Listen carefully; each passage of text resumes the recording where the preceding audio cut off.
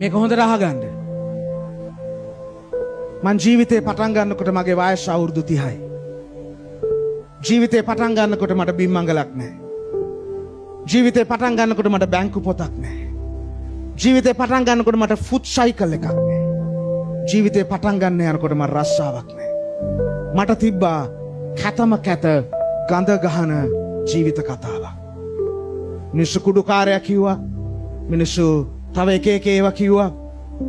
මට නිමි හම්බුණා මං ජීවිතේ පටන් ගන්නට යනකොට.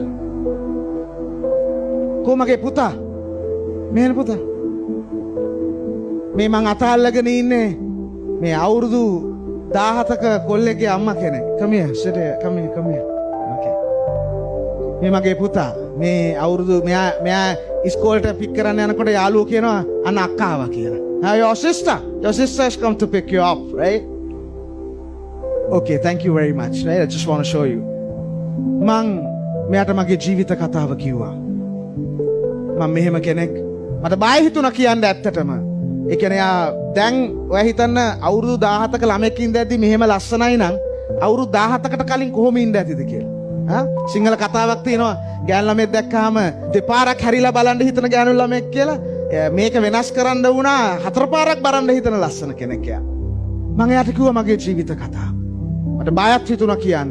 එයා ඊටාම පිරිසිදු ගෑනු ළමෙක්. එතකොට මං වගේ කිලුටු ජීවිතේ මේ කැත වැඩ කරපු එහෙම කෙනෙක් නෙවෙයි. එයාමව කසාද බඳින්න කැමතිලා කසාද බැඳලා ටික දවසක් යනකොට දැන් මට අපි දෙන්නට සල්ලි නෑ ලොකුවට. අපි දෙන්නට ලොකුවට සල්ලි නෑ. අපිට පුංචි පඩියක් තිබ්බේ. පුතා හම්බුණා. පුතා හම්බ වෙලා දැන් අපි ඉන්නකොට එළියට යනකොට මෙයාට ඇඳුම් අඳින්න ඕනේ. මෙයා ඇඳුම් ඉල්ලන්නේ. ඇයි? එයා දන්නවා මට එහෙම ලොකු ඇඳුම් අරන් දෙන්න සල්ලි නැහැ කියලා. මෙයා එක දවසක් ස්කර්ට් එකක් ගන්න රුපියල් 500ක් හරි 600ක් හරි රුපියල් 500ක් 600ක් අරගෙන පමුණුවට යන පාරට මෙහෙම තියනවා මේ පාරේ කඩ. ඒ රුපියල් 500 ස්කර්ට් එකක් ඇඳා. මගේ යාළුවන්ගේ භාර්යාවරු ලුයි විටෝන් අඳිද්දි, ජෝජෝ අර්මානි අඳිද්දි, වික්ටෝරියා සීක්‍රට්ස් අඳිද්දි කෝටිපතියෝ මෙයාගේ පස්සේ ආවේ. කෝටිපතියෙක් බඳින්න පුළුවන්කම තියෙද්දි මං වගේ කිසිම වැඩකට නැති අවලංගු කාසියක් කසාද බැඳලා රුපියල් 506ක් අඳිනකොට මං එදා තීරණය කරා උඹ කවදා හරි දවසක මං ඔබව මර්සිඩීස් බෙන්ස් එකේ යවනවා කියලා. මං එදා තීරණය කරා උඹ මං වගේ කෙනෙක් බඳින්න සුදුසු නෑ. බැඳලත් උඹ අසාමාන්‍ය කැපකිරීම කරනවා. මම උඹව කවදා හරි දවසක මර්සිඩීස් බෙන්ස් එකේ යවනවා. කවදා හරි දවසක උඹ රුපියල් ලක්ෂ 2 ලක්ෂ 3 ගවුම් අඳිනවා. රුපියල් 500 ගවුම් අඳින්න යන්නේ නෑ කියලා. ඒක නිසා thank you, right? අපි ඈට හොඳ අත්පොලසන්නාදයක් දෙමු. ඔයාට තියෙන්න ඕනේ අද එහෙම පිස්සු බඩගින්නක්.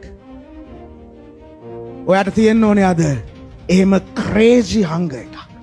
ඔයාගේ දරුවෝ සම්බන්ධව, ඔයාගේ පුතා සම්බන්ධව, ඔයාගේ දුව සම්බන්ධව. මගේ පුතාට මං කිව්වා you have to be a world famous cardiologist.